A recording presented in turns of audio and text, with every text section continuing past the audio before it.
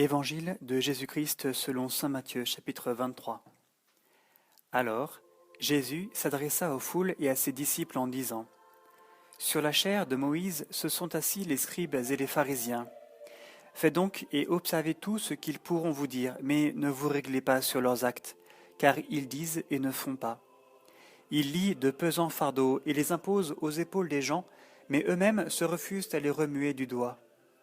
En tout, ils agissent pour se faire remarquer des hommes. C'est ainsi qu'ils font bien large leur phylactère et bien longue leur frange.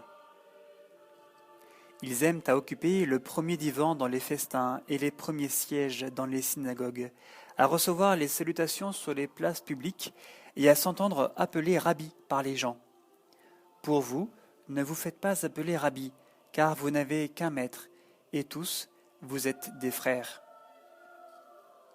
N'appelez personne votre Père sur la terre, car vous n'en avez qu'un, le Père céleste. Ne vous faites pas non plus appeler directeur, car vous n'avez qu'un directeur, le Christ.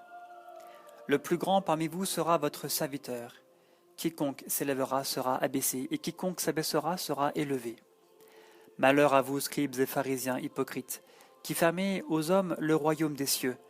Vous n'entrez certes pas vous-même, et vous ne laissez même pas entrer ceux qui le voudraient.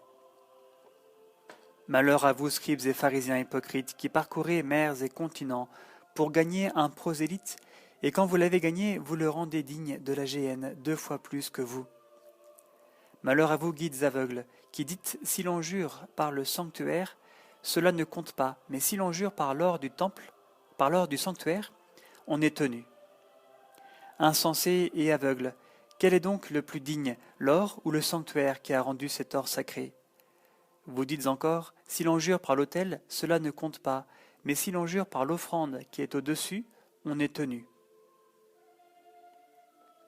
Aveugle, quel est donc le plus digne, l'offrande ou l'autel qui rend cette offrande sacrée ? Aussi bien jurer par l'autel, c'est jurer par lui et par tout ce qui est dessus. Jurer par le sanctuaire, c'est jurer par lui et par celui qui l'habite. Jurer par le ciel, c'est jurer par le trône de Dieu et par celui qui y siège. Malheur à vous, scribes et pharisiens hypocrites, qui acquittez la dîme de la menthe, du fenouil et du cumin, pour avoir négligé les points les plus graves de la loi, la justice, la miséricorde et la bonne foi. C'est ceci qu'il fallait pratiquer sans négliger cela.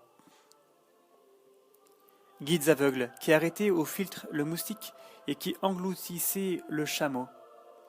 Malheur à vous, scribes et pharisiens hypocrites, qui purifiez l'extérieur de la coupe et de l'écuelle, quand l'intérieur en est rempli par rapine et intempérance.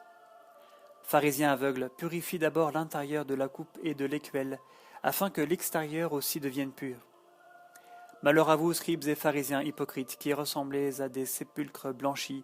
Au dehors, ils ont belle apparence, mais au dedans, ils sont pleins d'ossements de mort et de toute pourriture. Vous de même, au dehors, vous offrez aux yeux des hommes l'apparence de juste, mais au dedans, vous êtes pleins d'hypocrisie et d'iniquité. Malheur à vous, scribes et pharisiens hypocrites, qui bâtissez les sépulcres des prophètes et décorez les tombeaux des justes, tout en disant, si nous avions vécu du temps de nos pères, nous ne nous serions pas joints à eux pour verser le sang des prophètes. Ainsi, vous en témoignez contre vous-même, vous êtes les fils de ceux qui ont assassiné les prophètes. Eh bien, vous comblez la mesure de vos pères.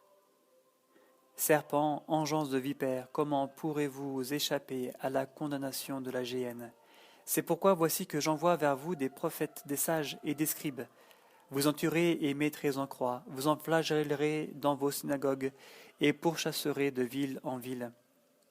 Pour que retombe sur vous tout le sang innocent répandu sur la terre, depuis le sang de l'innocent Abel jusqu'au sang de Zacharie, fils de Barachi, que vous avez assassiné entre le sanctuaire et l'autel. En vérité, je vous le dis, tout cela va retomber sur cette génération. Jérusalem, Jérusalem, toi qui tues les prophètes et lapides ceux qui te sont envoyés, combien de fois ai-je voulu rassembler tes enfants à la manière dont une poule rassemble ses poussins sous ses ailes, et vous n'avez pas voulu. Voici que votre maison va vous être laissée déserte. Je vous le dis en effet, désormais vous ne me verrez plus, jusqu'à ce que vous disiez, béni soit celui qui vient au nom du Seigneur.